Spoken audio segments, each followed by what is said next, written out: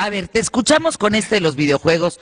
¿Cómo está la onda de los videojuegos, Ofelia Pastrana? Bueno, el tema, la verdad es que no es un tema nuevo. Esto apareció hace más o menos unas 2 semanas, pero todavía me topo con un buen de secuelas relacionadas, ¿no? A ver, el pasado 28 de abril, el Pleno del Senado de la República aprobó casi que digo con 84 votos a favor y una abstención reformar la ley orgánica de la Administración Pública Federal y General de los Derechos de Niñas y Niños para regular la clasificación de los videojuegos. O sea, la idea es tanto así como el cine, pues hay películas para mayores y hay películas para niños, hacer lo mismo en videojuegos. Lo impulsó el senador Carlos Puentes Salas, un senador del grupo del Partido Verde. Pero me salta el tema y todavía lo veo muy presente porque él argumenta que esta situación es de suma importancia, ya que los videojuegos tienen contenidos con marcada discriminación sexual, racial, tortura, xenofobia y violencia. Ascuas. Y esto lo presenta porque él dice, pues claro, es que la idea es regularlos pues, para que los contenidos de los videojuegos se mantengan dentro del respeto a la vida privada y sobre todo a la moral pública. Y ahí yo me senté y dije, ok, tenemos que hablar un segundito. Porque ¿quién dijo que los videojuegos causan violencia? Tanto así como los libros también nos incitan a consumir contenidos nuevos. O sea, si tú lees un libro triste, te vas a sentir triste, pero no te causa depresión. Si tú juegas un videojuego que tiene algún contenido violento, puede que adoptes algo, pero no te hace una persona violenta. ¿Me explico? De hecho, hay tantas cosas que me saltan del mero acercamiento por parte del gobierno, porque la otra es, no sé si sabes, pero la mayoría de los videojugadores de hoy son mayores de 30 años. Entonces, ¿cómo? ¿Quién dijo? Porque fíjate que lo que eran los videojuegos de niños en los 80s, pues creció con nosotros. ¿Me explico? A medida que nuestra generación, yo soy del 82, a medida que nuestra generación iba creciendo, pues también creció el mercado para ajustarse un poquito a que nosotros consumimos videojuegos. Los videojuegos no son juegos de niños. De hecho, son tan piezas literarias, por así decir, una forma quizás piezas literarias digitales. Me costó mucho encontrar esa palabra que hasta sí, bueno, que hay muchas entidades que los toman como arte que debe de merecer protección. Mientras tanto, en México tenemos que nuestro gobierno los está presentando como estas cosas que son peligrosas para niños, ¿no? Y en últimas también lo quería discutir porque nunca se consultó con ningún experto. El senador. ¿Cómo? El senador tiene 43 años o 44, si mal no estoy. Entonces tampoco está tan lejos, tampoco está tan lejano de la generación que está ahorita consumiendo los videojuegos, ¿no? Claro, por supuesto, no está nada lejano. Y presenta esto bajo una imposición moralina que siento yo que más bien puede restringir el acceso a los videojuegos en México. O sea, el mero proceso de revisión y juicio de la publicación y los contenidos de los videojuegos puede ser de por sí pesado. A ver, hay videojuegos que no es broma, te van a consumir 200 a 300 horas de juego. Entonces, ahora imagínate a un pobre empleado por parte de gobernación sentado jugando un videojuego por 200 horas para decidir si es para mayor o para menores, ¿no? Ese tipo de cosas. Pues es completamente incongruente, es ilógico. Sí. No, vaya, es incongruente. Es más bien un poco, yo creo que apurado. El senador presenta su propuesta porque de paso, o sea, la reforma todavía debe ser aprobada por la Cámara y por presidencia, ¿no? Pero es algo que quería discutir, porque el senador presenta esta propuesta basado en un estudio, Fernanda, de 70 personas que dijeron que sí se han sentido más violentos después de jugar un videojuego. Y con eso estamos legislando para controlar el acceso a material que puede ser educativo para una cantidad de niños y no necesariamente niños, también de adultos. El tema es, a lo mejor es un impuesto indirecto o a lo mejor es simplemente cuestión de ajustarnos a qué se debería y qué no se debería de consumir. O sea, mira, México es el 12º mercado más grande del mundo de videojuegos, ¿no? Y es el más grande en Latinoamérica, ¿no? Pero a diferencia de los 11 países que están antes en esa lista, es el único que no tiene una industria de creación y desarrollo de videojuegos. Entonces, es casi nula.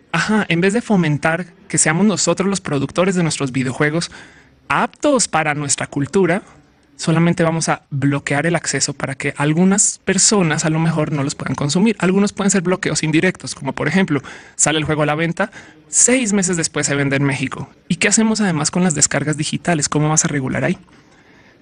Yo siento que hay una desconexión por parte de padres y el ámbito de videojuego masiva, ¿no?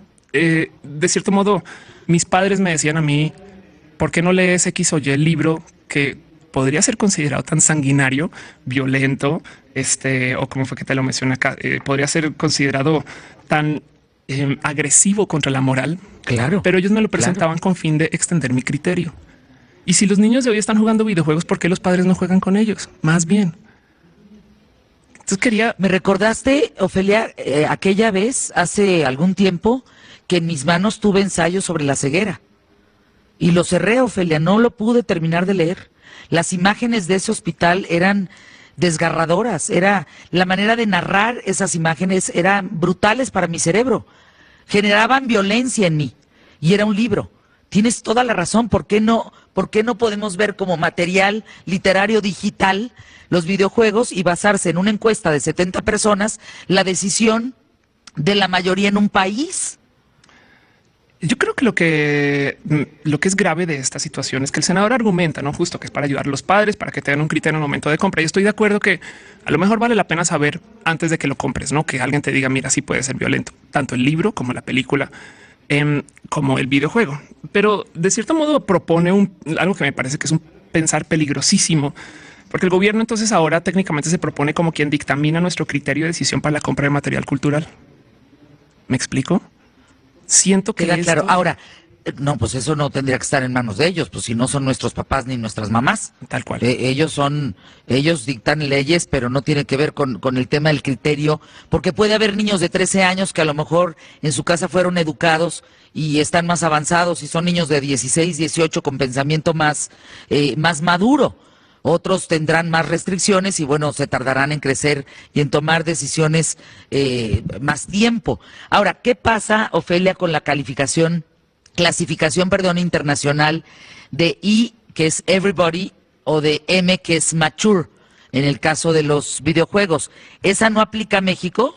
En este caso, todos los videojuegos ya vienen rotulados con, sobre todo, la clasificación. Esa es una clasificación de uso estadounidense que se llama, que la pone la ESRB, la Electronic Software Ratings Board. En Europa se usa una cosa que se llama la PEGI. Entonces también entiendo quizás que a lo mejor digan, bueno, queremos tener nuestro propio sistema de clasificación. Lo que no consideran es multas a los vendedores que le estén vendiendo juegos a menores. ¿Me explico? Capaz y, bueno, queremos traducir estas clasificaciones para que alguien sepa. Pero el tema aquí es cómo vamos a proponer que esto se está haciendo porque hace a los niños violentos. ¿Me explico? Siento yo que de tantas cosas que se pueden hacer con el esfuerzo gubernamental, lo último que queremos es decirles ahora vamos a poner a nuestro gobierno a jugar videojuegos para que ellos decidan por ustedes qué pueden y qué no pueden jugar para combatir este caso de violencia que vimos en nuestro país. Y déjate de eso. Los videojuegos no solo no causan violencia, sino que estimulan el desarrollo de la materia gris, comprobado. Aumentan las habilidades motoras, comprobado. Pueden hasta retardar ciertas formas de envejecimiento, sobre todo mental, y además te ayudan a tomar decisiones. O sea, sí son herramientas de aprendizaje. Sí, yo creo que tengo fuentes de todo esto y las podría presentar por Twitter si a alguien le interesa buscar un poco más a fondo. Sí. Mira, aquí te dicen felicidades, Ofelia. Primero por integrarte en hashtag QTF. Justo ayer resumía el tema de a mi esposa de los videos que hoy estoy escuchando contigo. Otro dice, Miguelito, dice, qué claridad de mente, qué grado tan alto de información de tu invitada, Ofelia, con estos videojuegos. Es la primera vez que oigo a alguien sensato, carajo. Ándale. Acá dice Vasga, he jugado por años videojuegos de guerras, balazos y en mi vida he disparado un arma. Claro. Y no la voy a disparar. Tengo 30 años. Es cierto, me parece que es importante presentar el otro lado de la moneda y hacernos reflexionar en esto que estás diciendo. ¿El gobierno va a tomar la decisión? Ay, no, Ofelia, no tendría por qué tomarla. Exacto.